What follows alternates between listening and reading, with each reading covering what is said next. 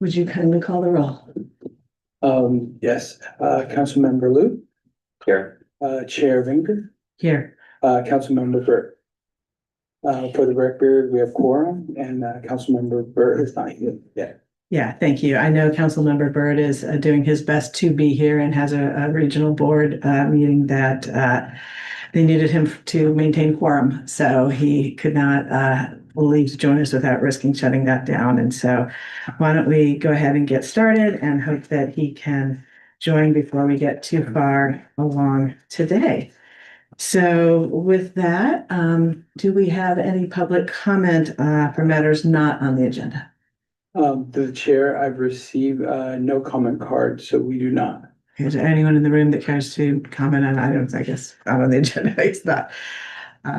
Okay, all right. Well, then with that, we'll close public comment and move to standing verbal reports, starting with Steph. Thank you, Chair Beaker. Brad Eggleston, Director of Public Works. Just one staff update today, and really it's just a reminder to everyone of our climate action workshop tomorrow. So the subject will be residential building electrifications and the challenges and opportunities we see, really looking at further developing next steps to include in the upcoming 2-year work plan for 2026 and 27.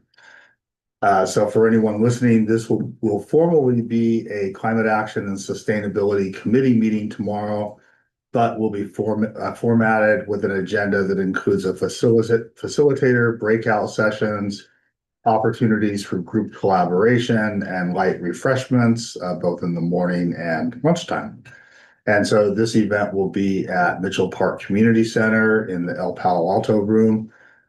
Starts at 9 a.m. tomorrow, and we're expected to go till about 1 p.m. All right, well, thank you very much. So we'll move to committee member comments. Do you have any, Councilmember Lou? No. I'll just say briefly that with respect to the Northern California Power Agency, the search for a successor to the general manager, Randy Howard, who will be retiring. The executive committee, we're continuing on with that process, and Korn Ferry has been retained and is imminently or just has put out the formal announcement for that spot. So that is ongoing. So that and our general manager, Randy Howard, has agreed to stay on for a few months until we get that done. So we will have a transition in which we can all have confidence, which I know is really important when we're looking at our electric utility and electrification efforts.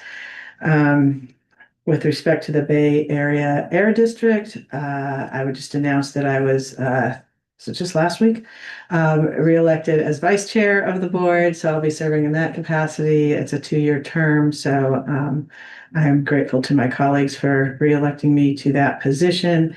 And just to give a brief mention that the Air District Appliance rule amendments that have received a lot of attention of late, that staff is recommending some flexibility amendments to those rules, 9.4 and 9.6, that relate to nitrogen oxide emitting water heaters and furnaces. And that matter went before the Stationary Source Committee of the board this past Wednesday, and the flexibility amendments were passed on to the full board, who will probably take that up in February of 2026. So that is the state of that effort. And that concludes my report. So with that, let's move on to action item 1, which is review and discussion of city facility electrification. Director Eggleston? Thank you, Chair. And I would like to introduce and turn it over to Kimberly Guerrero, our engineer who's working on electrification projects. She'll give a brief staff presentation. And I just wanted to note she's generally new on our team and is in a position that's dedicated to city facility electrification projects. And I think this is her first council or council committee presentation. Yes, this is. Go for Well, welcome, Mr. Guerrero, is it? Yes. Yes, well, we're glad you're here and welcome. Thank you very much. Good afternoon, Vice Mayor, council member. Brad already kind of gave me a little bit of an introduction, so we'll go ahead and get right into it. Next slide, please. So to summarize my presentation today, I'll begin with a brief overview of the facility condition assessment and highlight the key findings that relate specifically to facility electrification. I'll walk you through how we use the baseline data provided to create the priority framework for which buildings to electrify first, and finally walk you through our pilot building selection and our next steps. Next slide, please. The Facility Condition Assessment, or FCA, was a key first step in the SCAP work plan and an important foundation for advancing our electrification efforts. The assessment included on-site, I'm so sorry, thank you. Oh, I didn't. I apologize for that. Hopefully everyone was still able to hear me. The assessment included on-site visits to our facilities to evaluate current building conditions and gather facility infrastructure and equipment inventory. The reports that concluded each building assessment provided us a thorough report and inventory list of facilities still relying on gas burning equipment and its remaining useful life before requiring replacement. There were a total of 53 buildings assessed, which concluded in 2024, and this included both leased buildings and facilities maintained by our city staff. Next slide, please. Before discussing the facilities that will require electrification, I do want to showcase progress that the city has already made. The recently completed Palo Alto Public Safety Building is an all-electric essential service building. I'm sure many of you know that building. And we do have a new upcoming project that will follow the same all-electric suit, which is Fire Station 4. These buildings represent important early next steps in our transition to all-electric operations. Next slide, please. As previously noted, the FCA provided our baseline information in understanding where gas systems still exist across the city's portfolio. From the assessment, we identified 26 buildings that contain at least one gas burning unit, with a total of 159 units across those facilities. The reports also provided important insight into each unit's remaining useful life, which helps us align electrification efforts with natural replacement cycles as effectively as possible. Thank you. What we found was a wide range of remaining lifespan across both buildings and equipment. However, one key takeaway is that roughly 40% of these buildings contain systems with an average remaining useful life of 3 years or less. This became an important factor in shaping our approach, both in terms of timing and in identifying where early electrification efforts would be most practical and cost effective. Next slide, please. Using this information, we recognized the need to establish clear criteria and framework to help guide our future RFP development and building selection. We began by categorizing the different types of units and considered which should be prioritized for early electrification. We also looked closely at facilities with equipment nearing natural replacement, since aligning electrification with end-of-life cycles supports both SCAP goals and cost-effective implementation. In addition, we placed a priority on facilities currently maintained by our city facility staff. Out of the 26 buildings noted earlier, 18 of those buildings are maintained by our maintenance staff, and these buildings account for 94 gas burning units, specifically to mechanical and water heating units. To narrow down our selection further, we developed a criteria to help determine which of these facilities should be included in a pilot initiative phase. Our intention was for the RFP to include a pilot group of smaller, more manageable buildings, sites that would allow us to evaluate project logistics, cost, and feasibility before moving on to larger and more complex facilities. With this framework in place, we were able to identify which buildings were the strongest candidates for a pilot phase. Next slide, please.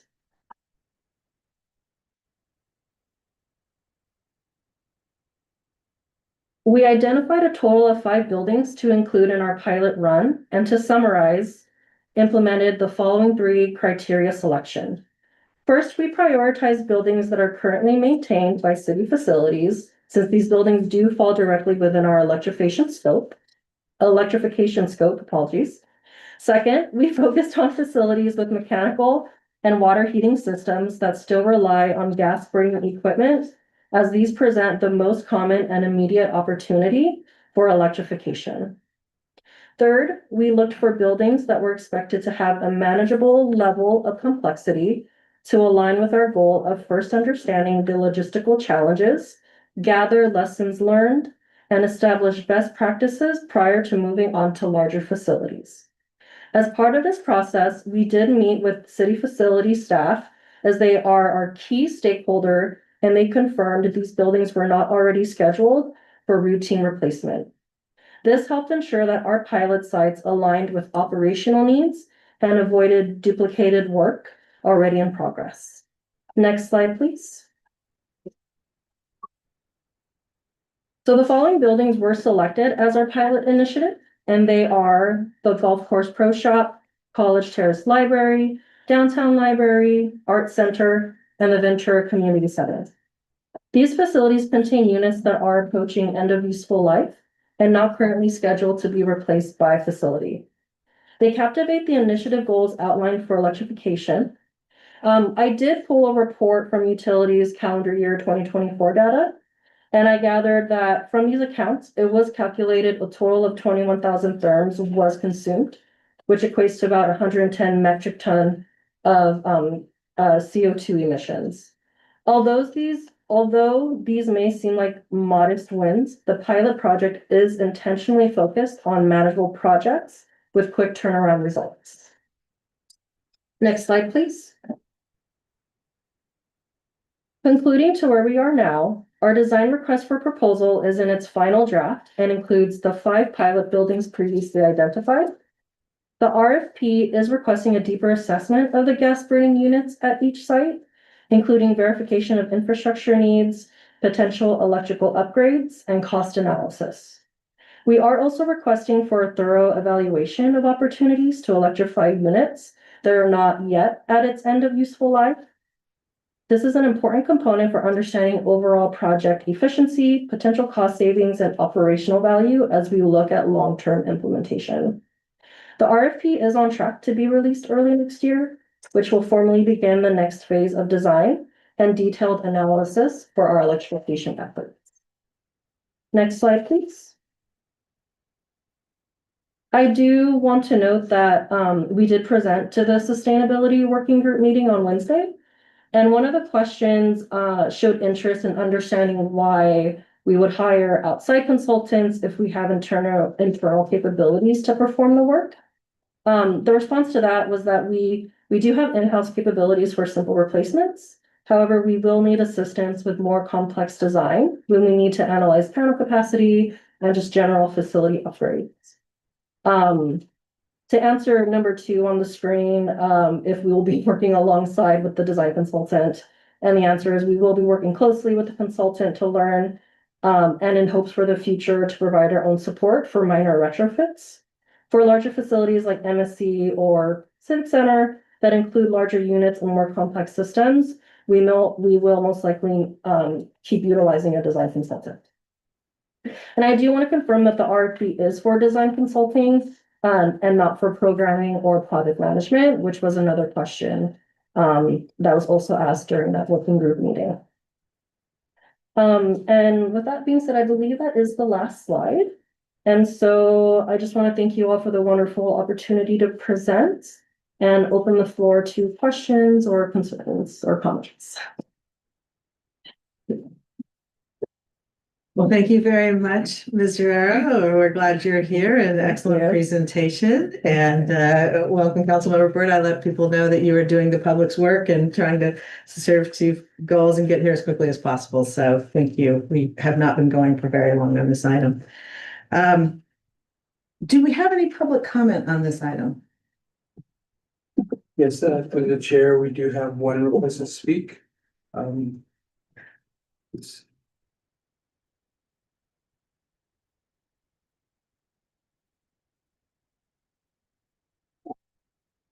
Stephen R., you may now speak.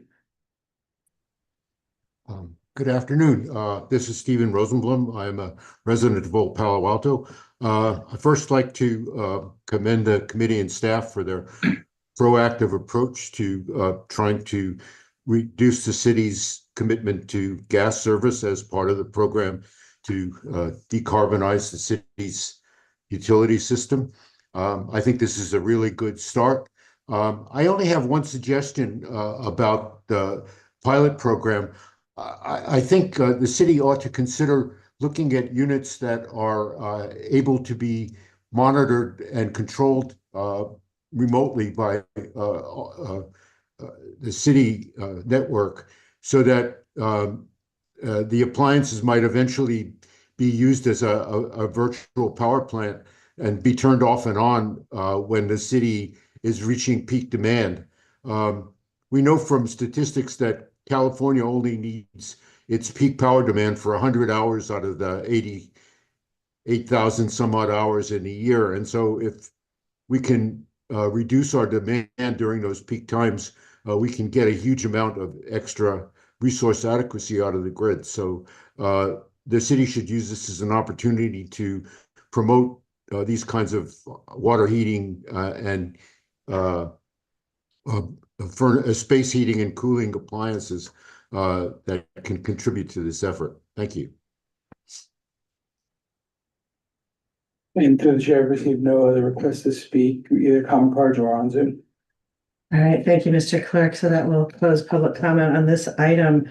I just want to ask staff if they have any response to Dr. Rosenblum's concepts about resource adequacy and remote control of some of these appliances that can be turned on and off. Well, I'll jump in, kind of representing the facilities section of Public Works, just to say that pretty much anywhere we have significant sized equipment, those are on building management systems that do allow that kind of remote control. Now, when you look at the list of what we're doing, a couple of things are more like residential or small scale type water heaters. So we don't do that currently for that kind of equipment, but for the larger equipment, yes. So we have the capability. Do we intend or have thoughts about managing them in the way he suggests? The utilities department in the past has had a program like that for demand reduction that we have participated in. Terrific. All right, thank you. Colleagues, Councilmember Liu, do you have any questions or comments? Yes, just a few questions. So are any of these sites going to be fully electrified following these projects, or are these just the gas appliances that are toward the end of life?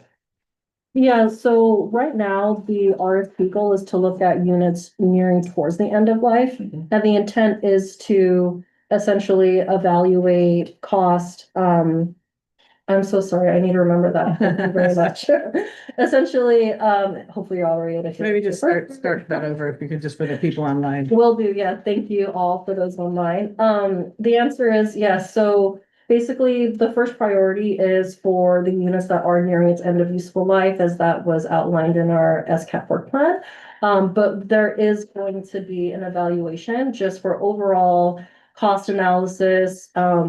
If it's just more efficient that way to just replace the unit since we are already in the facility. And there's a whole construction logistical schedule that needs to be implemented when we do turn over these units.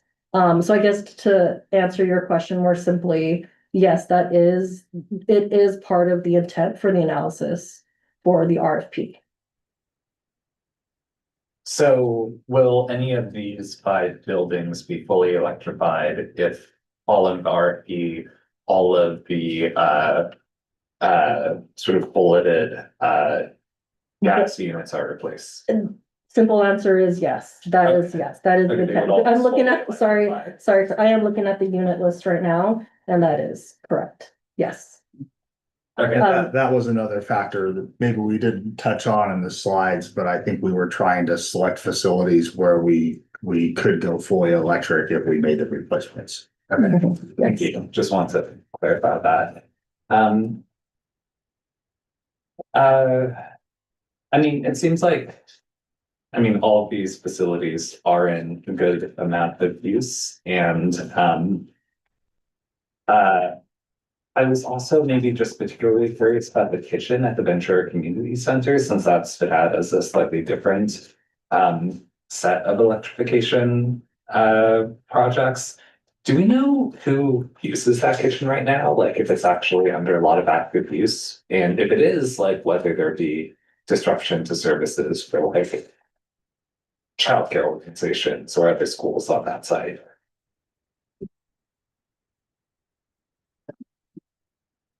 I don't have any information about that. Okay. Yeah,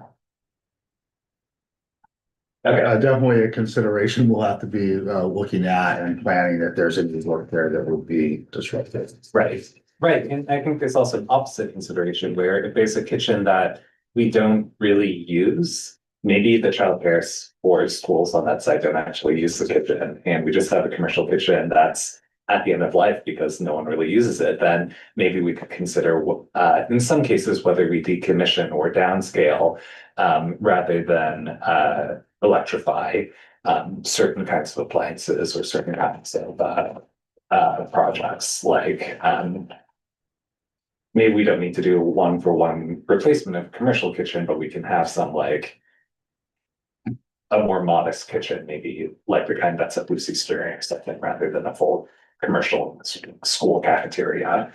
Um, uh, let's see. And so these projects are not actually at the end of their useful life. But they're within what, like a couple of years, or so it's, there's no worry that we should have that we are potentially updating equipment too soon or not being as efficient as possible dollar wise. Yeah, so based off of the analysis that we pulled up, for these facilities, the average ranges between 1 to 4 years. From Okay, what we looked at, yeah, so when we did coordinate with our city facility staff, these were not in any intention or plan within budget to currently do an equal replacement. okay, Yeah, and so that was evaluated when we looked at these 5 selected sites. okay, got it. So we'll take a deeper look at these sites and then we'll schedule the replacements with electrification, and we'll sort of do this at like a natural sort of cost efficient pace. Overall, I think everything sounds reasonable and well scoped. And I hope that we can do more of this internally and can start sort of tackling bigger projects and bigger sites soon, and sharing some of what we learn externally too. So this all looks good. Thank you. Thank you. Thank you. Would you like to? Yeah. So my questions were pretty aligned with what I saw the working group had. If we could pull slide 11 there. First question, do we have any sense of the scale of dollars that this consulting project may be to the consultants of the implementation? Do you want, so when we submitted sorry, I need to remember that. When we submitted the documentation, we did set, do I want to include the on-call budget as well? Or just for the main, okay, yeah, so our base services, what we had estimated for budget was 200,000. Okay, that's not insignificant. And so the question of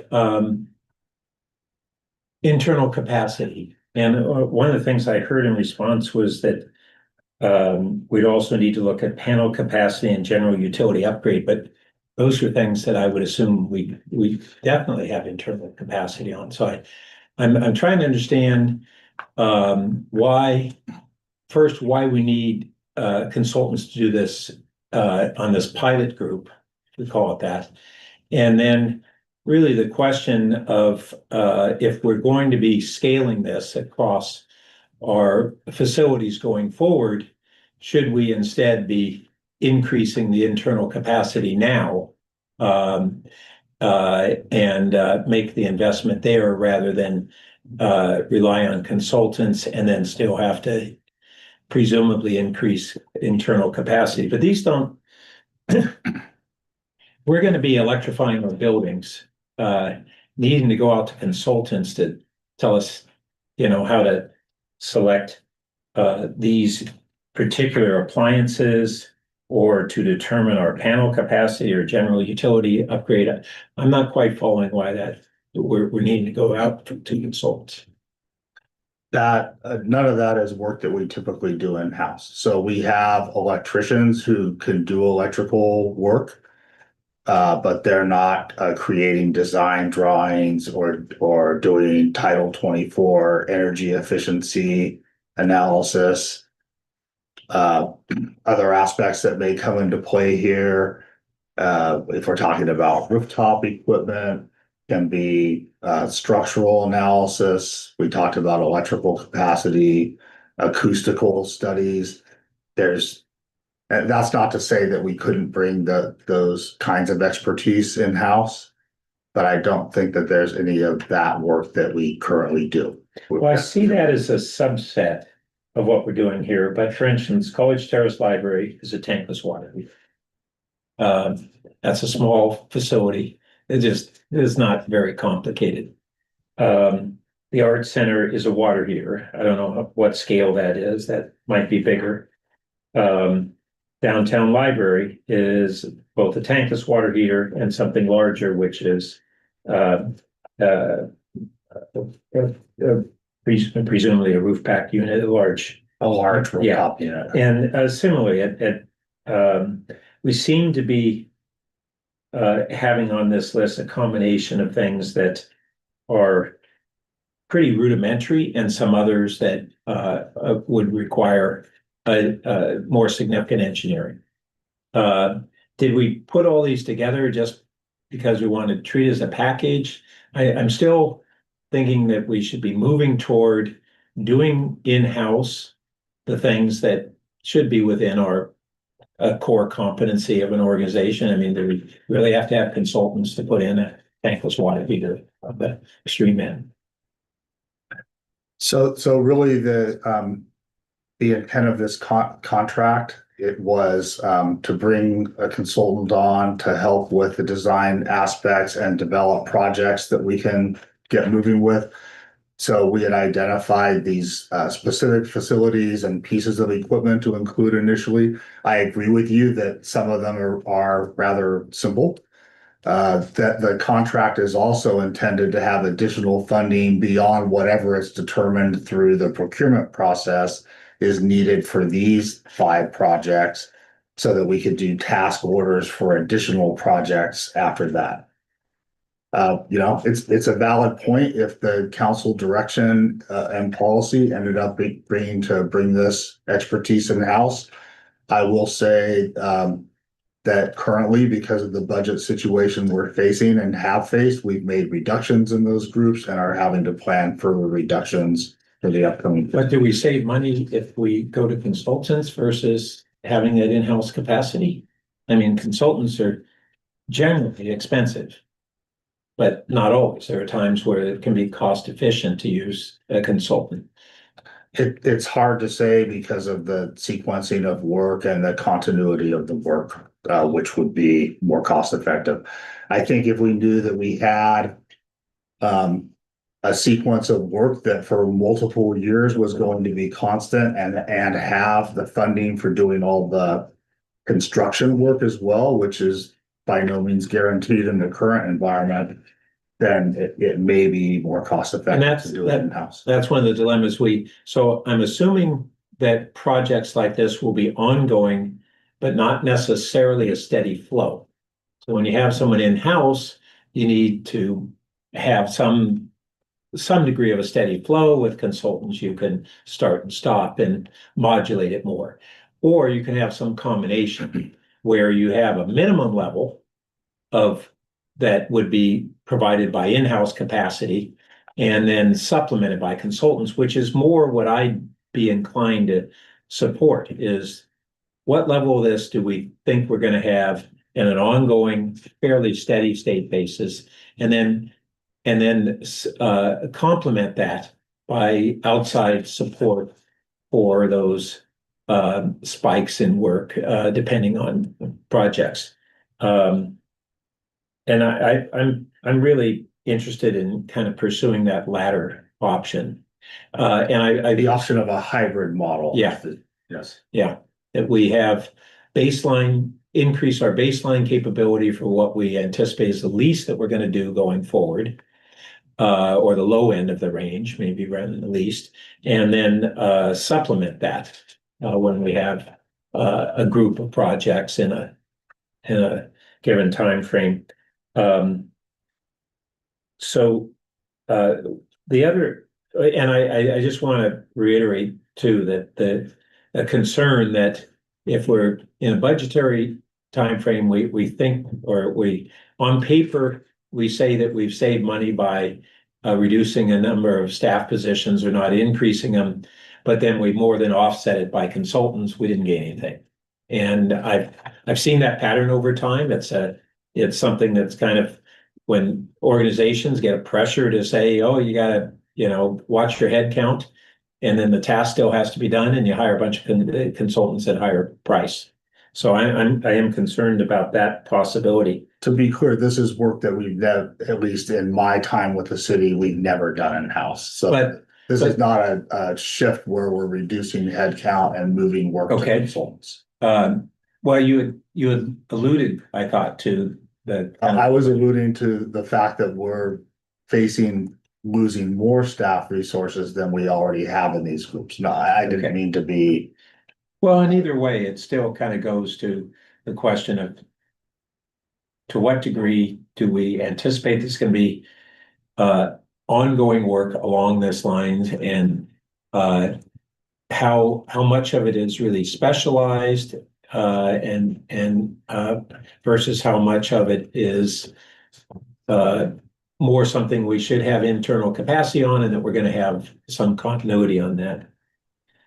I did have one other question on would these are centers where Public Works Department or specific who would be these would be in our capital program. Yes. And assigned to different departments as their expenditures are allocated. How does that? No, there's an established capital improvement program project already that has funding for electrification of city facilities. Okay. That's intended to fund this upcoming contract as well as these initial electrification projects.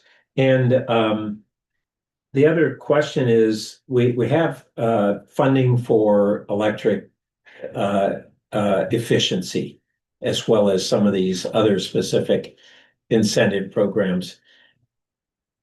Can any of these qualify for our own electric efficiency programs?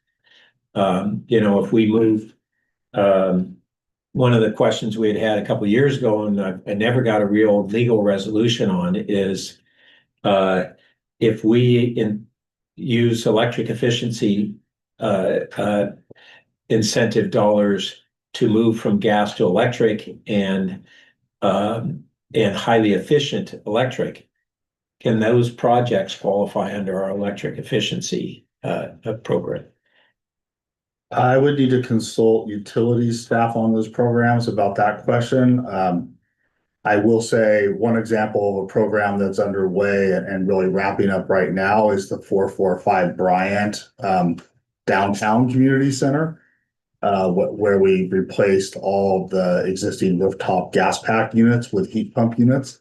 And that project is one of the advanced pilot program rooftop HVAC projects that this committee has heard about.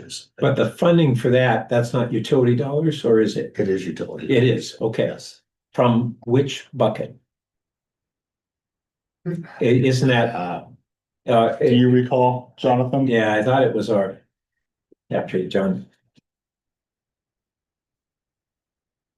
So that was from public benefits. Okay, but not. So the one I had asked about a couple of years ago, and I think it's really a legal question, is our electric efficiency funding, and whether what really are the boundaries of what that could be used for versus how it's historically been allocated? Yeah, we're looking at all of that very actively, and like you said, like as we plan, programs and budgets for the next several years, but like you said, if there's an energy efficiency component, such as reduced cooling expenses, depending on the equipment and the analysis, there are situations where it seems like it would make sense to have some of that come from the public benefits energy efficiency bucket. And there are also studies being done statewide for publicly owned utilities. Investor-owned utilities have already done these on the ways in which electrification itself is a form of energy efficiency. Well, and that's what I've been interested in for several years. And when can we get some sort of a reporting on what are the boundaries and what we can do, or at least what's the current understanding of that? So there's been a little bit of reporting on that already with the May discussion of utility special funding sources. And there was a draft that's not been formally adopted, but a draft set outline of guidelines for the use of different special revenue sources. That doesn't include, an analytical underpinning for how much you could use of these revenue sources for what types of equipment, which is the kind of analysis you typically do around the use of public benefits funds, for example. But we are looking at that. I don't have a specific timeline for you, but in the context of looking at the budgets for those revenue sources over the next several years. Okay, well, I really value kind of getting updates on that and understanding Yeah, that, because Acknowledged. the dollars we have available outside of utilities are more constrained. Yeah. Okay, thanks. Right, thank you. It's good to see this whole project moving along, and so that the city can essentially practice what we preach. So I appreciate this whole analysis, and looks like if we have 26 buildings left out of 53, we're halfway there. Okay, so that's a good thing. I appreciate the conversation that just took place, and Councilman Baloo also asked about consultants, as did the working group, because it's something that obviously is on our community's mind. And being thoughtful about that here, I think is very important. And I guess the tricky part is that when we look at what the least amount of work is likely to be, would there still be various channels of work? You mentioned the acoustic engineering, structural engineering, et cetera, that would still be discontinuous, and then you're in a tough spot. So I know that that's what Councilman Rupert was alluding to, but I appreciate you taking a hard look at that and trying to figure out if there's more flexibility. I wanted to ask about timeline, and I may have missed it here, but so we have the RFP process, we have this pilot 5.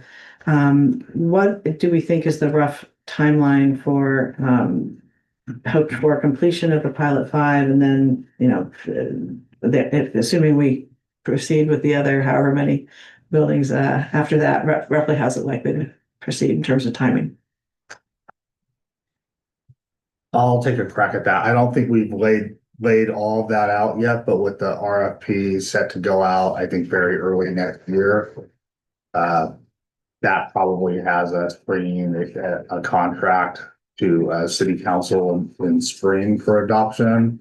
Mm-hmm. With probably the design work on these projects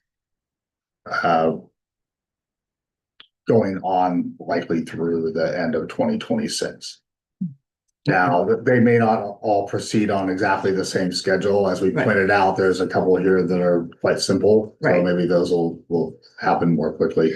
Yeah, so some will get completed early, but if things go as hoped, we hope that the 5 might be completed by the end of 2026.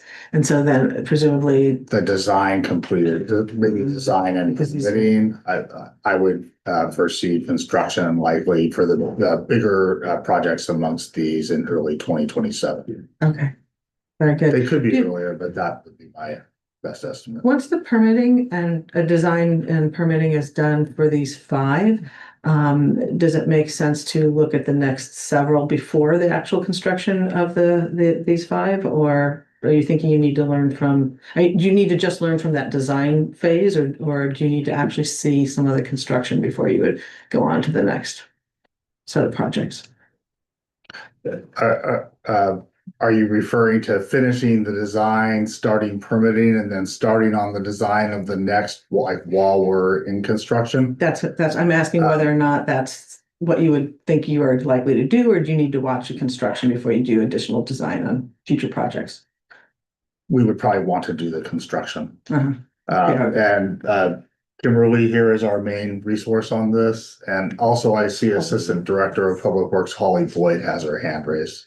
Okay. Yeah. Hi, good afternoon, council members. I'm sorry I'm not there. I'm sick at home, but listening to the conversation. I just wanted to say that I feel like this is going to be a phased approach, like the first ones at College Terrace, and I think it was the Art Center that had the one replacement equipment. You know, we could start construction once permitting finishes on those, even before we finish design on the others. But I'm pretty confident that as long as we have the funding to do all this construction, that we'll be able to finish in fiscal year 2027. So by the end of June 2027.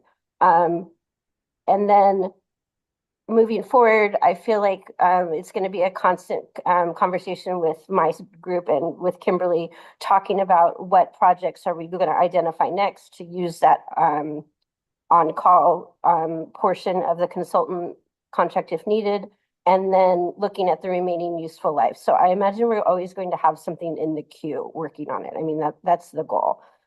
Kimberly just started with us in May, so we've been enjoying her being here. So we're hoping she stays for a long time so we can keep this project moving.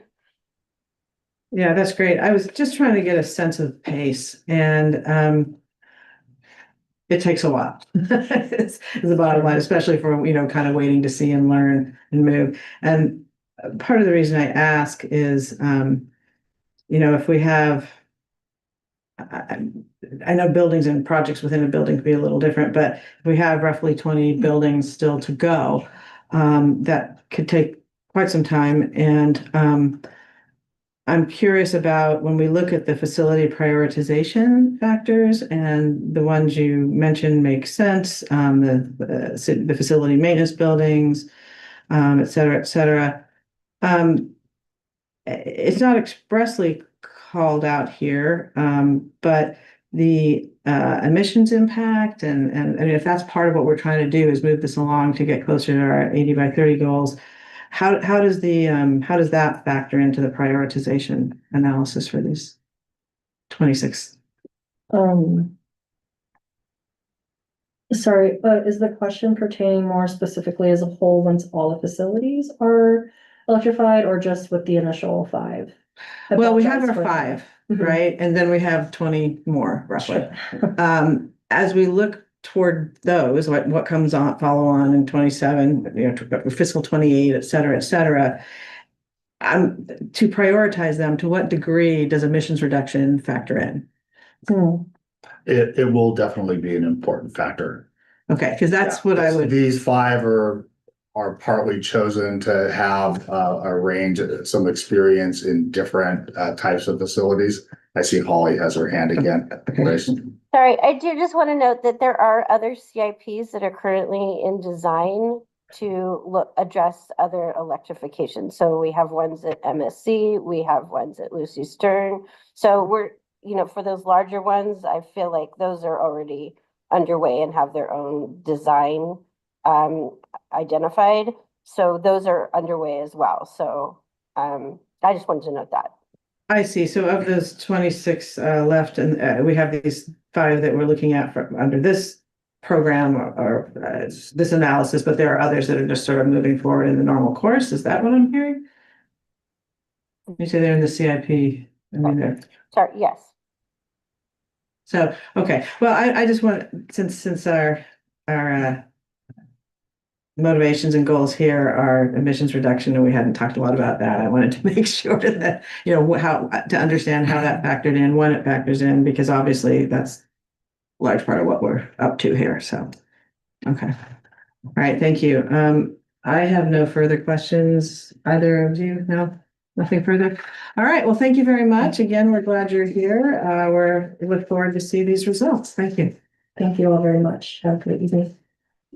Okay, we will move on to our second action item, update on the sea level rise adaptation planning efforts and our participation in our SAP. So I'm eager to hear about this. Welcome.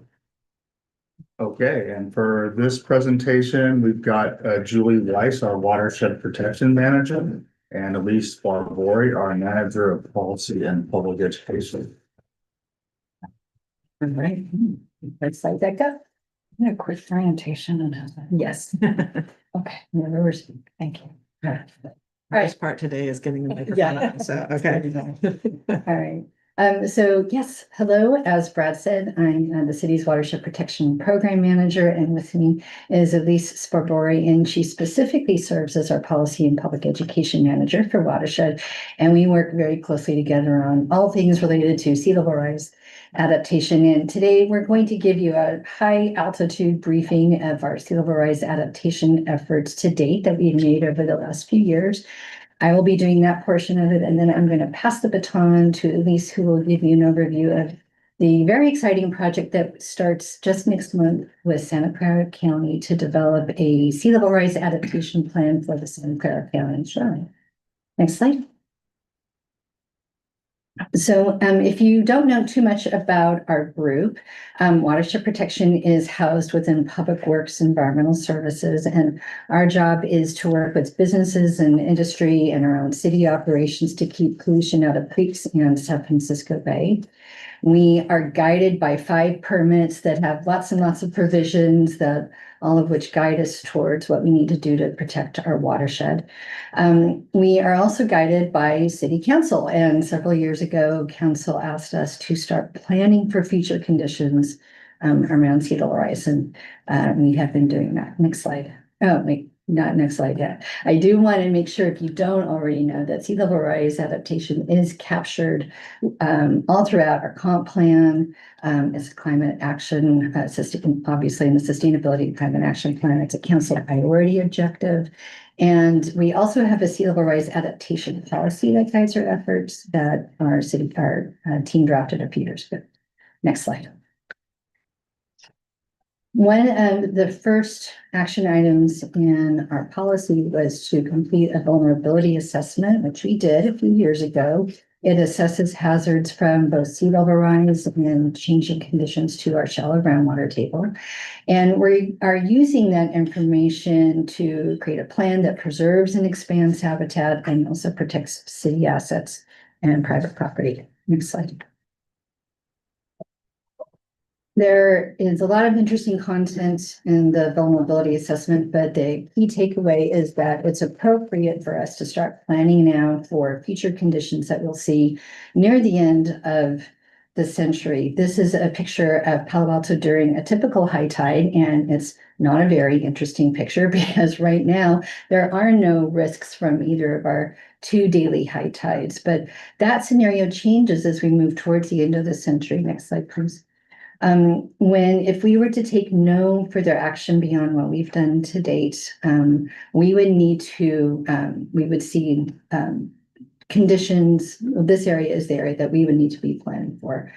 It doesn't mean that the area would flood all at once, but based just on the elevations of the future bay, our bay edge and inland, this is the area that we need to be considering. Next slide, please. That's through end of century. Yeah, around 2080, depending on which sea level rise scenario is used. Next slide, please. Okay. And we need to be thinking about not just overtopping, but the water beneath our feet, shallow groundwater seen here in orange, which would of course also extend out to the bay. And that's because as the bay rises, shallow groundwater is going to move closer to the surface. It's going to move further inland. It will be saltier. And so we need to plan for those conditions for our utilities and flood control. Many of those things are underground.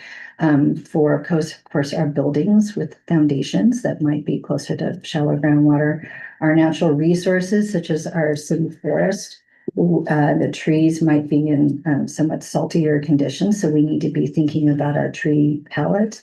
And of course, we want to make sure that transportation and emergency response continue. So we need to be thinking about these 5 asset categories as we move forward. Next slide. The good news is that we are already thinking about, and we have some projects that are completed, some that are underway. The downstream project was completed about 6 years ago at the mouth of San Francisco Creek. Habitat was restored, a flood wall was erected, and it protects not just from a 100-year flood, but from that magic 3 feet of sea level rise that we talked about a few moments ago, where things get interesting for Palo Alto. It also will accommodate for our highest tides of the year, known as king tides. Next slide. We are also already adapting to sea level rise, starting now at the Regional Water Quality Control Plant. You probably know that this wastewater treatment facility serves not only Palo Alto, but 5 other communities. It is a critical asset. And as this facility is moving through facility upgrades, we are already raising and waterproofing equipment.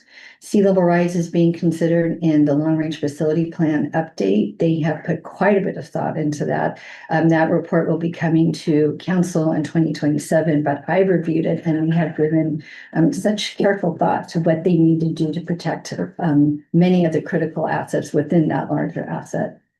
We are also experimenting. The red circle there that you see labeled as a horizontal levee. Next slide, please.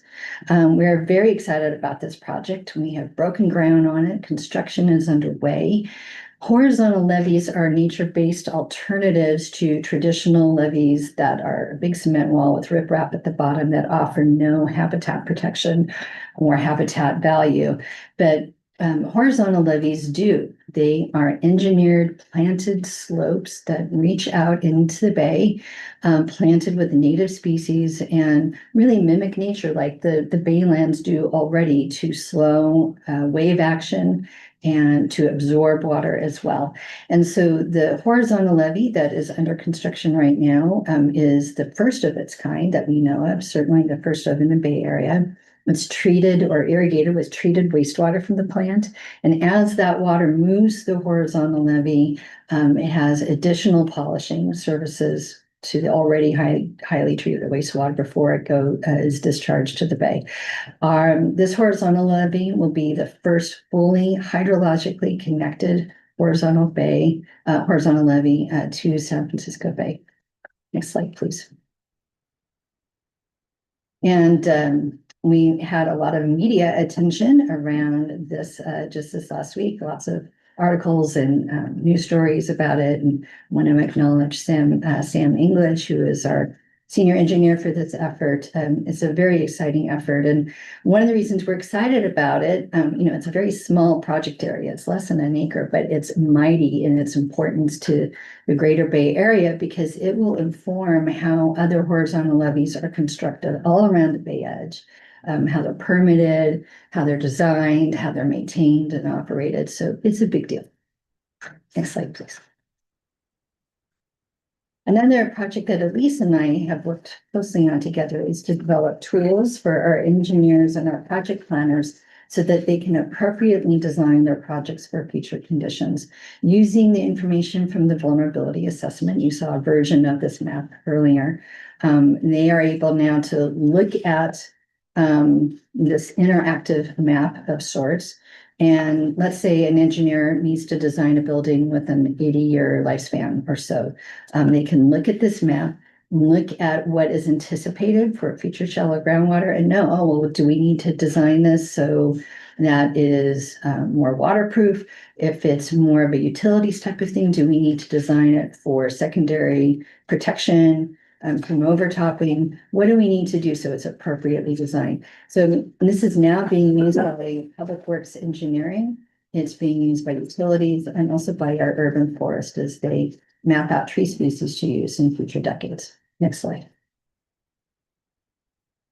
Fantastic. Yeah. That seems to go further into the city than the map we looked at before. Is that Well, right? that's because I selected a different scenario to use for that particular image. You don't like that one as much. Yeah. And there's a lot of ground. Anything that's sort of orange and red is the ground. Okay. Yeah. Another thing that we are starting to have foray into is public education. We have worked with Grassroots Ecology to create curricula for grades K through 5 about sea level rise. It's aligned with the next generation science standards. It's available free to download for any teacher, not just those in our service area. We've been doing outreach about, well, what exactly is a nature-based solution? What does that even mean? And even in this month's utility bill insert, we talk about king tides and what that may tell us about future conditions for sea level rise. Next slide, please. Finally, a very interesting topic is what are we going to be doing about levee improvements? And we do need to address this issue within the next 30 years. And this has already been looked at with our project partners, Valley Water and U.S. Army Corps of Engineers. It was a several-year feasibility study to look at what we need to do around that. You see the blue sort of outline around Palo Alto's shoreline to improve our levee system. So last year, or about a year and a half ago, the Army Corps completed that study and they determined, unfortunately, that at this time there is not a sufficient cost benefit to warrant funding for those improvements. And that is because the cost benefit model they were using at that time did not factor in the value of local assets such as our airport, our multi-billion-dollar regional water quality control plant, all of the utilities. So, Valley Water demonstrated great leadership at trying to change that decision. A congressional letter was sent. However, that determination remains in place. But the good news is that right after this feasibility study was done, they started using the new cost benefit analysis approach, which is now being applied to the study being done along the Sunnyvale levees. So we anticipate that when that study concludes, our study could be reopened and have a new cost benefit model apply to our area. If you can please go back one slide, please. Thank you. And we think that the cost benefit would be much more attractive for potential federal funding.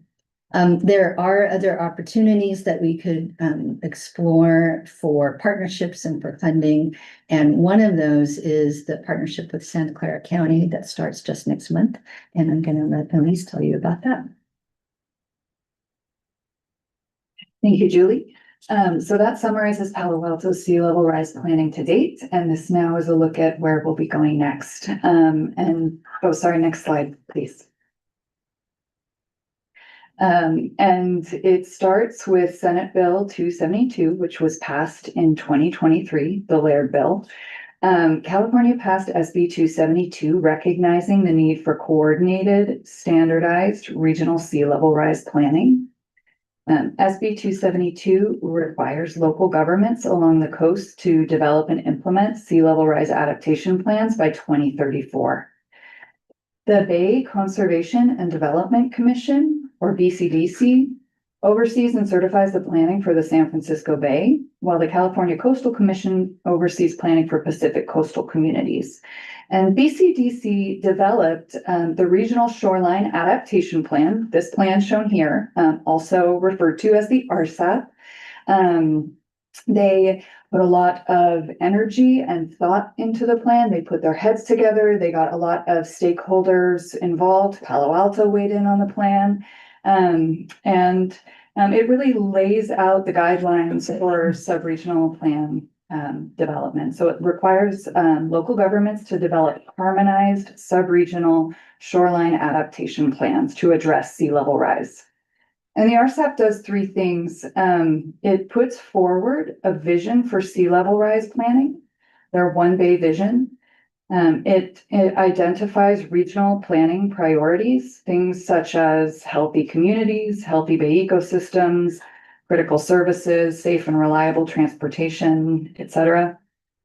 And thirdly, it is intended to standardize and coordinate our sea level rise planning efforts across the bay.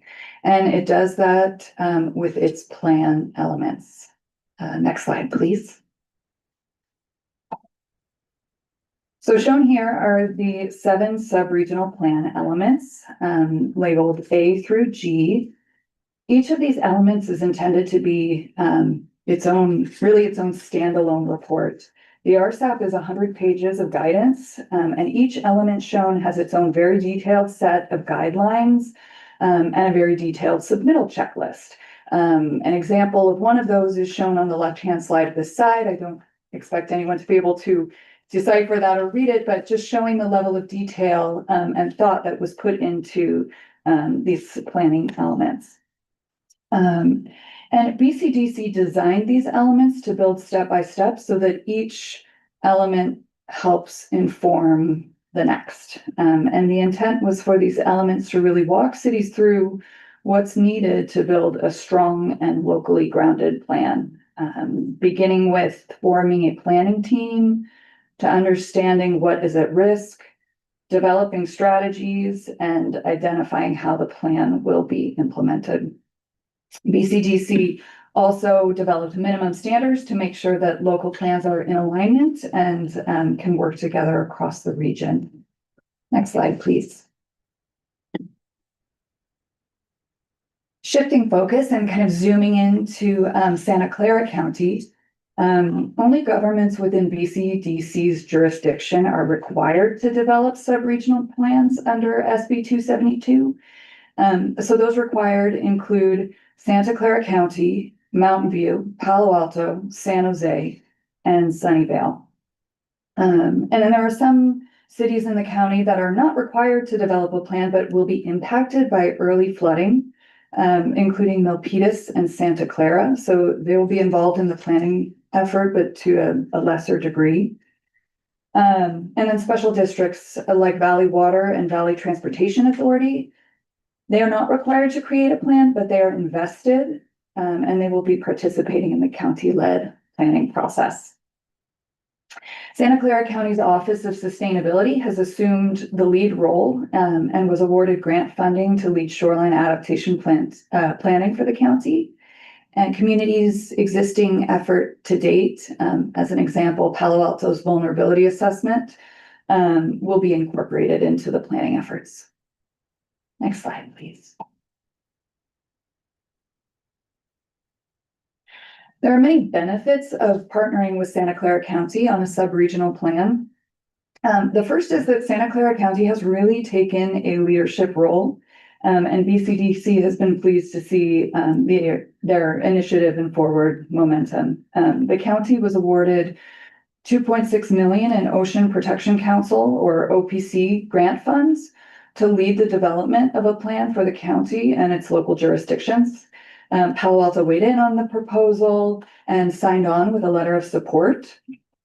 Secondly, while Palo Alto has made significant strides in its planning efforts, partnering with the county will help Palo Alto with some deliverables that the city was not resourced for in its current efforts, and it would complement Palo Alto's work done to date.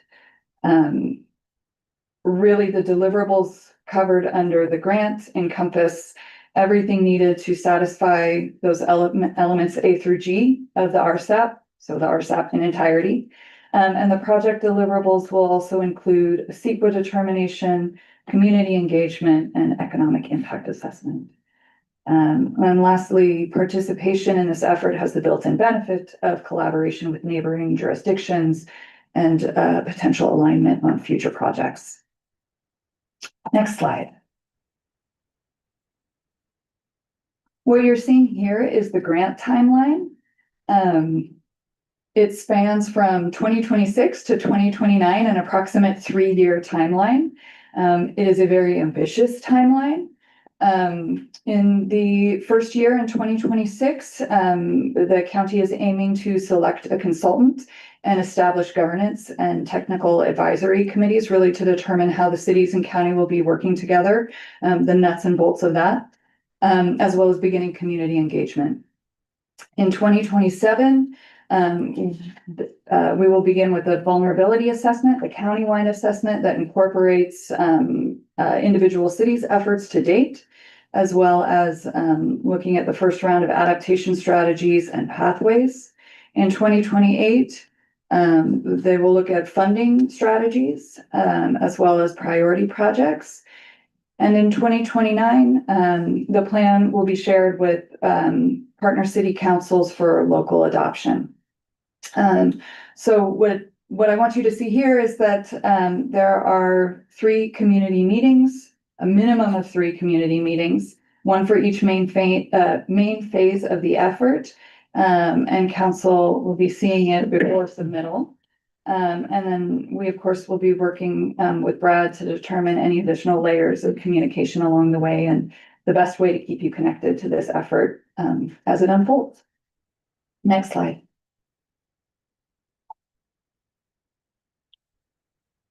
So in the year ahead, we have some goals laid out for ourselves. First, we'll be working regionally to begin work with Santa Clara County on the sub-regional shoreline adaptation plan. Internally, we will be completing construction of a horizontal levee in spring of next year, and we'll begin post-construction monitoring and lessons learned and studying the levee and initiating that. We will continue staff education on sea level rise adaptation requirements and look at our sea level rise adaptation policy and update as needed. Next slide, please. And just to share, Palo Alto is preparing for the changing conditions in the years ahead, working both internally and with regional partners. And you'll be hearing more about this work as the work progresses. We gave this presentation to the Climate Action Working Group earlier this week and got the following feedback. Overall, a very positive response to our efforts to date.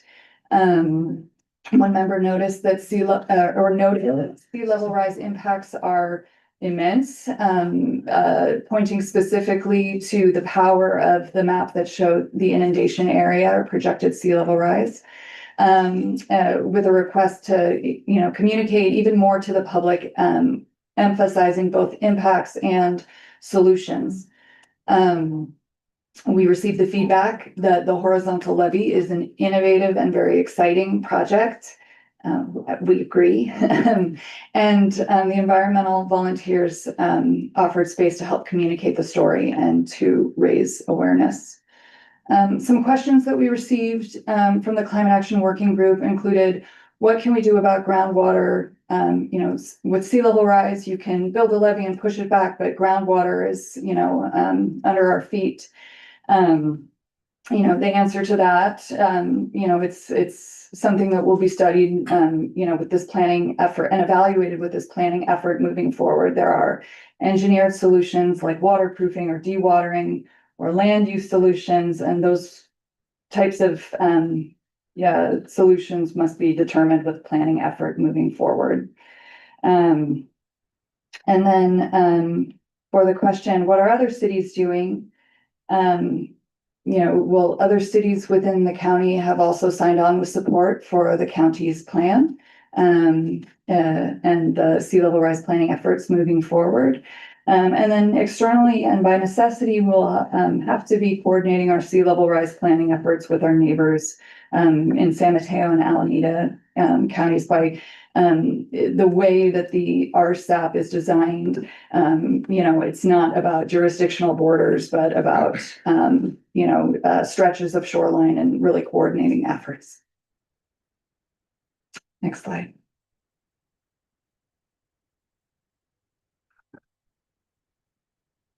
Thank you. Are there any questions? All right, well, Ms. Weiss, Ms. Sparbon, did I get that close? Sparbury. Sparbury. Oh, I can't read. Oh, that's an RI. It looks like an N. Thank you so much. Really appreciate all your work on this project as well as the presentation today. Do we have any public comment on this item? Yes, through the chair, I've received one request to speak at the moment. Stephen R., you may now speak. Welcome. Hi, thank you for letting me speak again.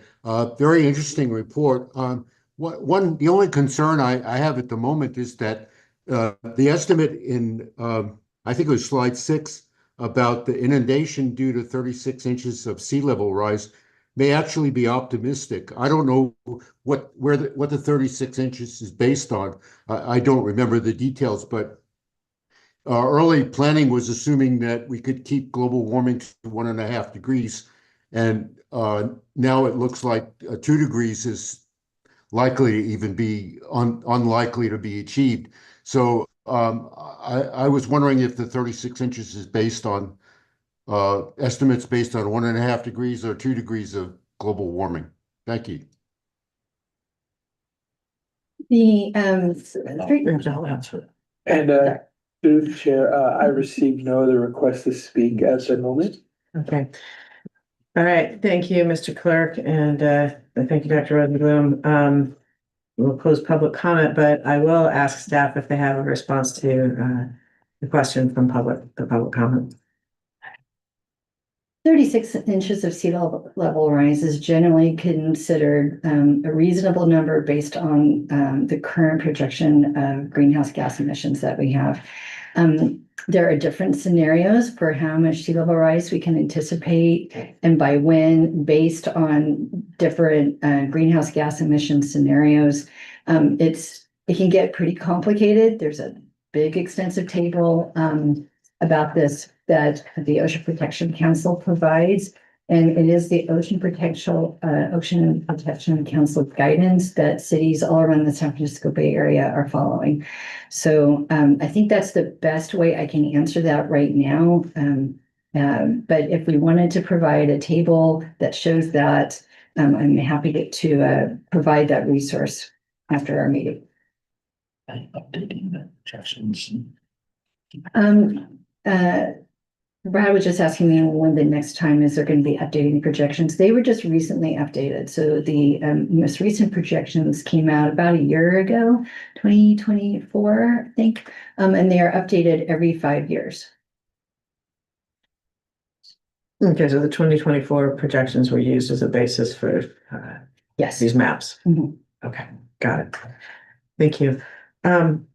Just while I have the mic, I won't go into all my questions, but I did want to just follow up, get a little clarity on the map comparisons that I asked about. I think between slide, I can't tell the numbers, 6, I think it was, which had sort of the flood map, and I think it was salinity, like groundwater intrusion, and then the difference between that and the map on slide 11.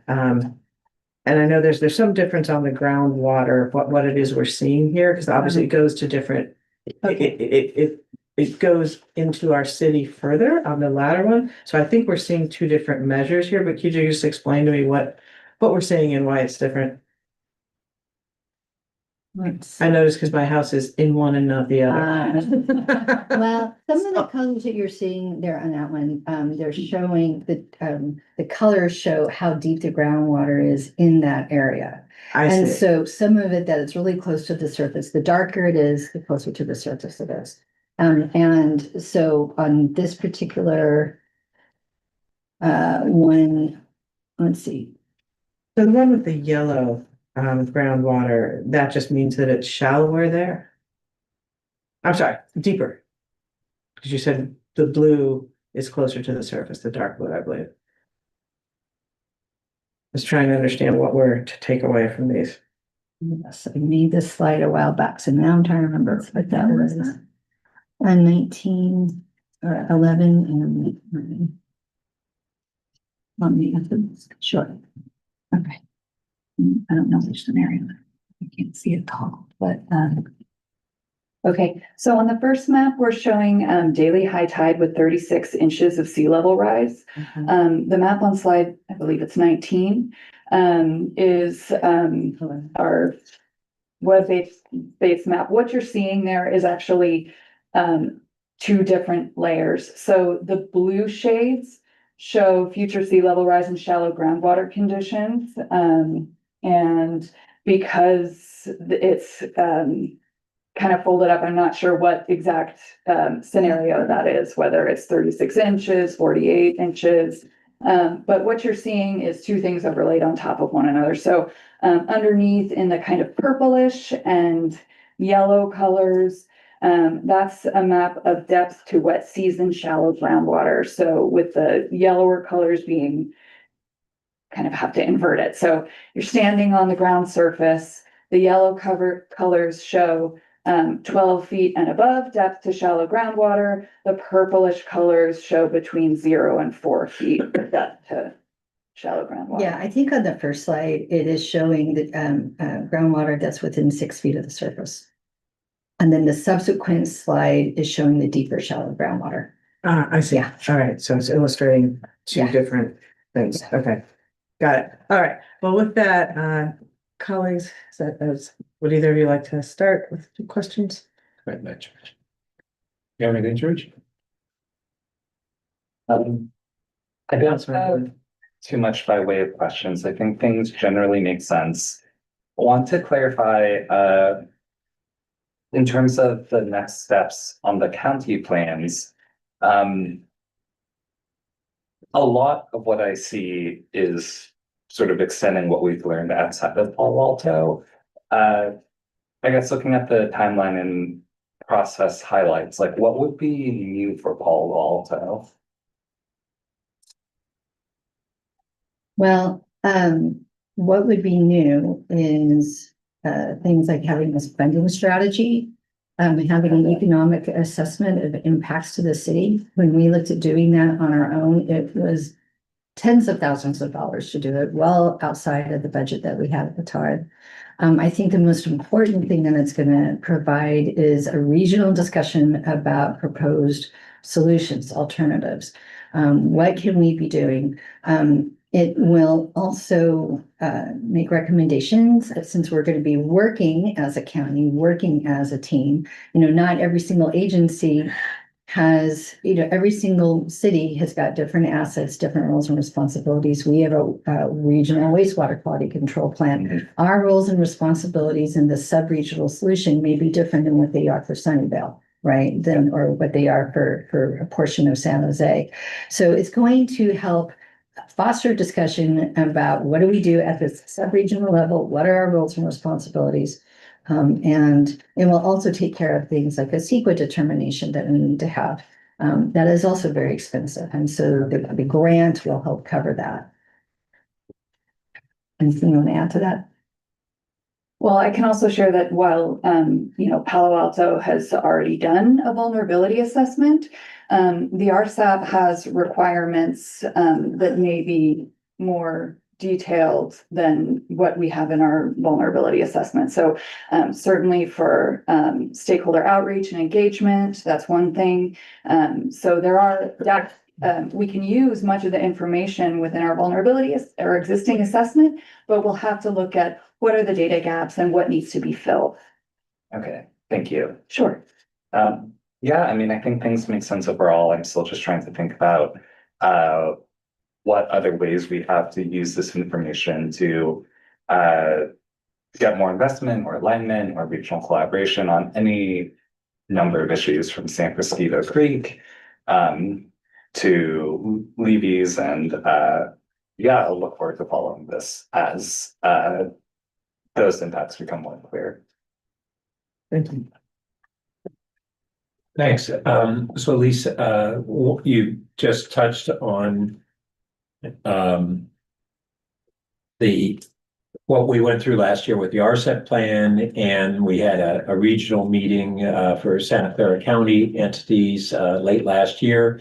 And it was really based upon getting BCDC to really address some of the concerns that local bodies had had with the first draft. And I, since leaving BCDC, I didn't stay in touch with how responsive they were to some of those requests to simplify some of the requirements and both simplify and give greater local latitude, if I recall correctly. How did those, were there changes that we thought were positive in response to the local jurisdictions' inputs? I saw them make some efforts to make those changes. You know, they were under an extraordinary deadline themselves. And I can imagine if I am a BCDC staff person to have the number of requirements that they have in there and to satisfy the way that all of the cities around the Bay Area want to see that presented, that is a tall order. So I do see that they make some efforts. And I think that collectively we will work through any questions that we have about how to meet the requirements. And one of the things that I do appreciate about BCDC is that they have made it clear and also made it a requirement that we need to be checking in with them along the way to make sure we're all singing off the same sheet of music, where we can be asking questions, because and just that one little snippet of the provisions that I showed you, multiply that by about 100 pages. There's a lot in there, and we are going to need to have clarification no matter what. And BCDC is creating that opportunity for that. Okay, good. And then I was glad to hear the update on this cost benefit analysis. I recall that we had not met the prior one, and I didn't know why. It kind of seemed odd. And now with your explanation, the prior version that didn't allow public assets to be considered, was that it? Local assets. Local assets. Yeah. Well, that sounded goofy, but I'm glad they moved away from that. And so you think that we might, after you said after Sunnyvale's plan, and we might resubmit, about what time frame are you think that might be? Well, it's about 8 years that they anticipate for the Sunnyvale feasibility study. So we wait that long, I guess. That is one path. The other path is to partner with Santa Clara County, because the Army Corps has said, we could reopen, it's still open. They have not closed the study. So I guess the better word to use is pause. That's not their word, that's my word. But the study could be restarted again if there is a regional solution, or I think enough regional energy to get that going again. But I think what I anticipate would need to happen is that we would need to get through that 3-year planning process, have that communication, and then that might trigger some sort of milestone or the Army Corps to think about reopening it. 3-year planning process with the county, is that what you? Yes. And I think it's really, as you noted, significant that the county has stepped forward and that they've really grown their office's sustainability and response. I know Supervisor Lee was pushing for that several years ago for them to take on more. For this particular project, it was envisioned that they'd take it over because the RCEP hadn't really advanced that far. So that's great because sure beats every city being on their own. Absolutely. Yeah. And then on the groundwater side, one of the things different mitigation measures and I don't know whether we've evaluated whether additional sustainable groundwater pumping is something that's viable, or is that going to just accelerate seawater intrusion? But we had looked at, I don't know, over 10 years ago about whether we might have sustainable pumping in our city. And that was before became this awareness that sea level rise was going to bring fresh water closer to the surface. Is that something that we might be looking at as a mitigation measure, or is that really is the potential for inducing additional seawater intrusion kind of rule that out?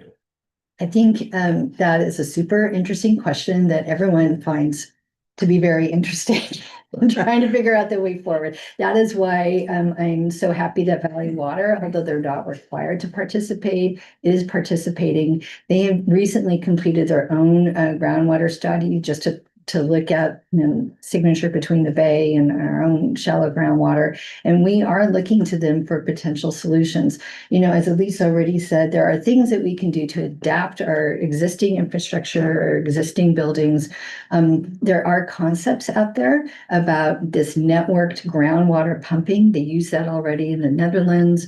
Some of the leading thinkers in the Bay Area, like, I don't know if you know Chris May of Climate Solutions. She is the leading expert on what to do about shallow groundwater. She has talked about that as a potential solution, but you can imagine that there is a lot to consider there about how to do that, how to fund that. And so that will be something very interesting to work through as part of this effort. And I guess I just wanted to add, if I could, Councilmember Burt, I think you're referring to the Northwest County. I'm not remembering the entire name of the study. But there we were really looking at the groundwater aquifer, and I think the ability to potentially use it for drink potable water uses. And so that, as I recall, was more about pumping from the deeper confined aquifer, which in most of our area, the area of concern here is separated by aquatards from the unconfined aquifer higher up, and that's the one that we're concerned about, really for the groundwater intrusion from sea level. And I did recall that's what that study was based on, although I thought that one of the things that we've more recently come to understand is the way that the shallow and the deep aquifer tend to converge as we approach the bay. Am I remembering that correctly? I thought it was more as we approached the hills, like opposite from the bay. No, okay. Well, I'm not remembering. I'll pardon that. Remember, Elise? Bill Bogle had. Because I'm recalling where we had talked about areas further inland, like towards El Camino, that had the potential for percolation ponds at the surface that could recharge the deep aquifer. Got it. Okay, thanks. And lastly, Elise, you mentioned the issue of San Mateo County and needing to coordinate there. But from my time on the Creek JPA, and then that entity has taken on being the lead agency for the time being for San Mateo County shoreline, because they don't have an adequate agency, or at least didn't as of a year or two ago. I don't know the current status, but because we have our county boundary as a riverine boundary, and that the project that we've already done provided what was anticipated to be 100-year protection with sea level rise. I thought that we really didn't need to coordinate with San Mateo County. So is that understanding not correct, or I wanted to understand that a little bit more? I would say, insofar as the RSAP, San Francisco Estuary Institute identifies what are called operational landscape units, which are stretches of shoreline that share certain characteristics. So whether that's geological or habitat characteristics, they're essentially, these units are intended to be for the purpose of sea level rise adaptation planning managed as a whole, versus like, oh, we hit the city line, we're going to stop here. San Francisco Creek Operational Landscape Unit does cross, it's the cone, like the geologic cone, not the creek boundary itself. So there will need to be at least a minimum of some coordination and talking to our neighbors as the process unfolds. Well, and the last part of that, as we have real challenges with our own shoreline, but we have this legacy of owning the Faber tract.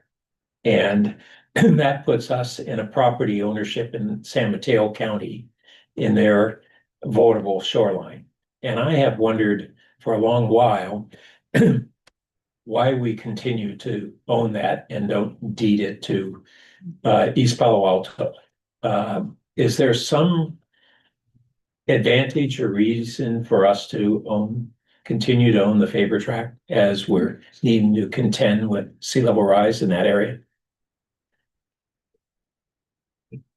Not that I'm aware of. I don't think there's any staff in the meeting right now that would have the Okay. answer to that. I'd encourage the staff to think about that. Because it really, the history of it is kind of long ago and convoluted. But today, where it becomes a threatened shoreline, I don't know why. I had previously said, why wouldn't it just, we want to deed it as goodwill to East Palo Alto? Why should we own any land, even if it's natural habitat shoreline? But now we have this additional reason. I don't know why we want to be the owners of the Faber tract. I've never heard an explanation. So thanks. All right, thank you. And that's an interesting question. It would be interesting in whatever is the appropriate venue time to talk more about that. It is kind of an odd circumstance, but I also don't want to be seen as dumping it back on them when there's a need for investment to protect themselves. So it's just something I'd be fascinated to learn more about the history that you and others know.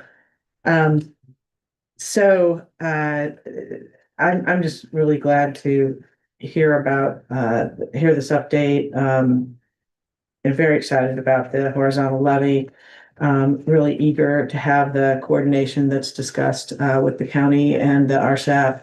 So this just has to be something we do in collaboration to have it make sense for all of us.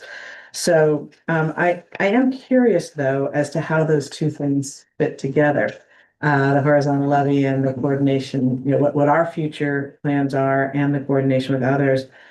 I should mention just ironically, on the horizontal levy, again, thank you to staff for preparing me when there was interest on the behalf of ICLEI, which is, I think most of you know, an international climate action group, about a sustainability project in Palo Alto, and I chose to speak about this. And so it was ironic, literally on the way over here, they sent me back the draft of the video for editing. So before that goes out, you can see if I made any missteps there, but we'll be able to brag on an international platform about our work on the horizontal levy. So I think we all should take pride in that. But what I wanted to ask is, with respect to costs, like per whatever one does, foot, yard, like, of a horizontal levy, how does that compare to a traditional levy? Well, I think, as I recall, you know, some of the upfront costs might be more, but the value that they bring after construction exceeds that of a traditional levy. When you look at the value of habitat, and the habitat is not just for recreational use, it is for additional sea level rise protection. Because as those horizontal levees start to naturalize and degrade, they also build up sediment. So they are part of the sea level rise solution. And we're kind of getting that service for free after a certain point, right?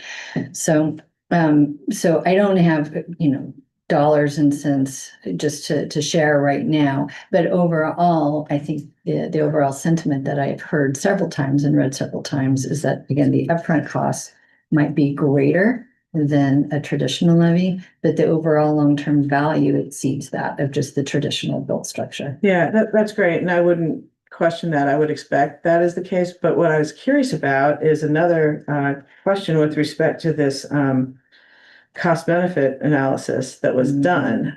I assume that the cost of traditional levies were used and not the cost of horizontal levies, or do we know? I believe it was just the cost of a traditional levy, Right. because typically anything beyond that, we would need to pay extra to pay up to get that additional habitat. Okay, so that's interesting because that does affect sort of the bottom line. We, for all the reasons you mentioned, we likely would want to do it anyway if it proves out, but I just was curious if that gets reopened to bear that in mind as well. And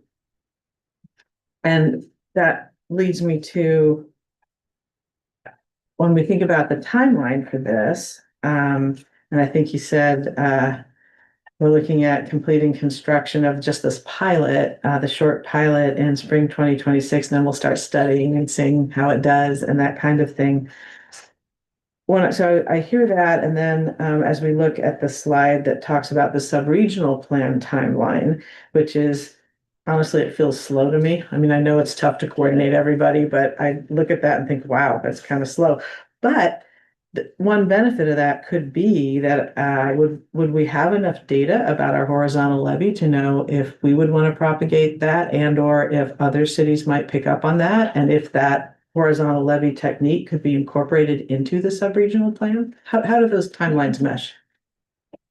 We hope that yes. So the intent of the pilot project is to be able to inform, designs at scale around the Bay Area. We have a 5-year post-construction monitoring period where we will be studying the levy, but I think even probably very soon after construction, we'll have some good data points on cost. Technical lessons learned, permitting, and what it takes to permit, a levy, any built structure right next to the Baylands. So I think we'll have quite a bit of data that we can start with, that will inform the project's success, and whether it can be repeated. But the longer term monitoring for that particular project is 5 years. So there's overlap between the time periods. I expect we will have some earlier lessons learned. Yeah. So that's great, because it would be nice if it goes well and others are interested in replicating it, if that could be baked into some of this consideration and the sub-regional plan. But then that's also why I was asking about cost, because then that would become more of a factor the more it's utilized. So all of that, I think, sounds like it remains to be seen as we go. But as long as that's part of the conversation, which I expect it will be, it'll be fascinating to see how it works. And I'm optimistic, crossing my fingers that it does. Our project manager, our senior project engineer, really was telling us the other day that cities are already looking at our project as a model to help with their planning. And there are other horizontal levies that are under design or construction already. And so the value of our project is already getting realized in those areas. That's terrific. That's great. And it makes me proud of our city. And good news that the environmental volunteers have offered space to help us communicate this story, because that's another thing. And I think if, they do a lot of work with school children, and I got to tell you, I think some of the best ways of educating parents in this town are to educate their kids, and they come home and say, "Hey, Mom, I just saw this cool new levy. This is so great." That, and I know it also, I think, would be offered to parents, but I know oftentimes school kids take trips and might want to see the cool new thing that their city is doing. So hopefully we can work with them and take advantage of that. So I don't know if you have any insight into how that will go, but I'm optimistic about that. Okay, anything else from anyone? No? Well, thank you so much for your work on this, and we all send our best wishes with you as you pursue the project. So thank you for being here today. Thank you. All right, Director Eggleston, as we move on to to this last bit of future meetings, you talked a little bit at the top about tomorrow, our climate palooza. Anything else you want to note? I did, and then I'll just mention that our last scheduled meeting is Friday, January 9th, regular time. And a couple items we have for consideration, a big one, which is the committee's recommendation to City Council for approval of the upcoming 2-year work plan for the SCAP, and then an update on the status of grid modernization on that date. Can I ask something on that January meeting? Because it basically, our start time runs up against MTC meetings that routinely for me. Would it be possible to move it to 2 o'clock rather than a 1:30 start? I think it would be possible for staff. I'm looking. Yes, with the caveat that those are two big items, but I think 2 o'clock should work. Well, It's that just- doesn't mean to short. I understand. I'm just thinking that those 2 items will each take extra time, so I'm just saying that we should plan for that. So staff on Fridays sometimes has an earlier stop time for, but you think you could do that? I'm getting a nod. We've kind of scheduled up to 2.5 hours for Okay. these meetings in general and usually take pretty close to that, I think. Yeah, So that would mean we'd probably be blocking 2 to 4:30. yeah. I think we would probably need 2 for those. Those are 2 good but big items. So sure, if that works for Councilmember Lou. Yeah, okay. So I think all 3 of us. So great. Mhm. We will do that. Very good. Well, we'll see you all bright and early tomorrow morning.